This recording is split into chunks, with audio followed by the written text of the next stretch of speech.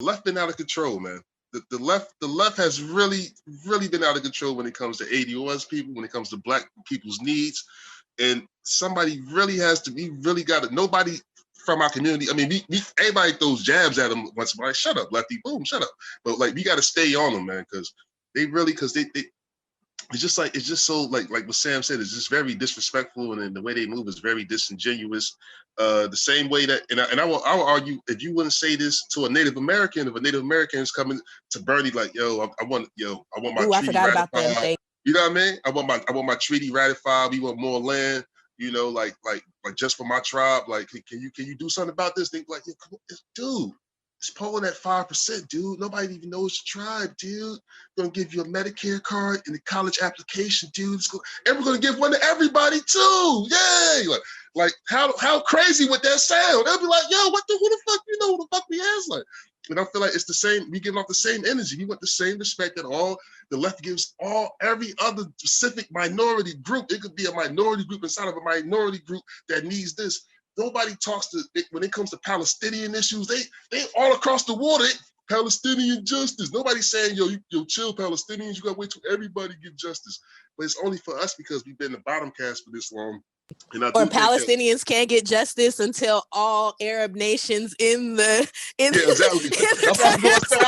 I'm like, Palestinians, no justice till Libya. That's how they tell ADOS, like, we gotta get justice for all black people in the world, which the majority of people in the world are black. Exactly. It's crazy. And I remember when we first had the first meeting, we had the conversation about it's very it's like a subconscious power, like, you know what I mean? Like, it's racism is so rooted into our country that they subconsciously know if they give us what's owed to us, they're going to lose some of that power that they have over us, even if it's overt or subvert. They're going to, they're not going to be in the same position they will be isn't it worth in America. So I'm not gonna lie, it is very overt too. You already know these lefties. They Klan members to me. I mean, some of them, not all of them. Some of them. I think a handful could be saved, but Klan populism. It's scorched earth for me right now. But I'm just saying though, like, I just say all that to say, yeah.